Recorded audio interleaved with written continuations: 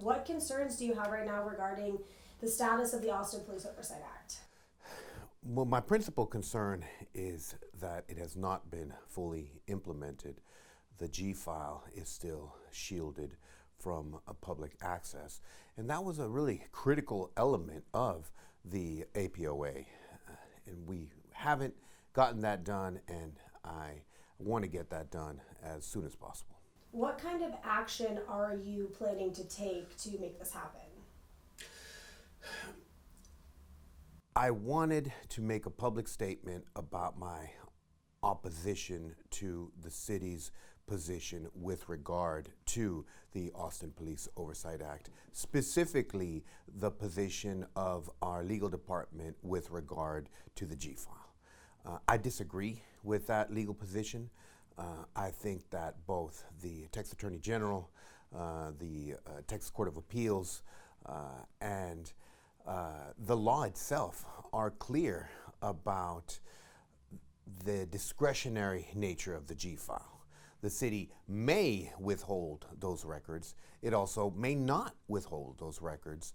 The voters have chosen to give the public access to those records, and I really, really believe we should respect that election, and we should grant public access to those disciplinary records. On the other side, the police officers and many members of the police association have expressed that if somehow this does happen and the G file does get released, that officers are going to start leaving in droves. Is that something that is on your radar, and that how do you balance that with your desire to push for transparency? Yeah.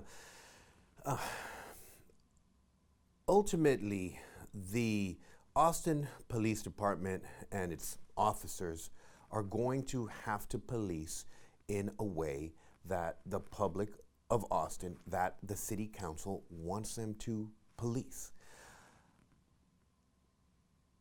If you're going to be in Austin, there are high standards for really all of our employees. I think in particular, we do hold a very high standard for our police officers. The vast majority of them know that, they understand that.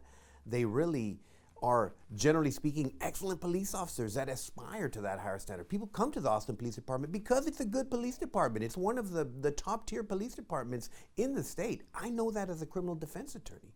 And I do want to address any fears or concerns of the police officers. Just because the G file is opened does not mean that the public has full access to every bit of information that's in their personnel records.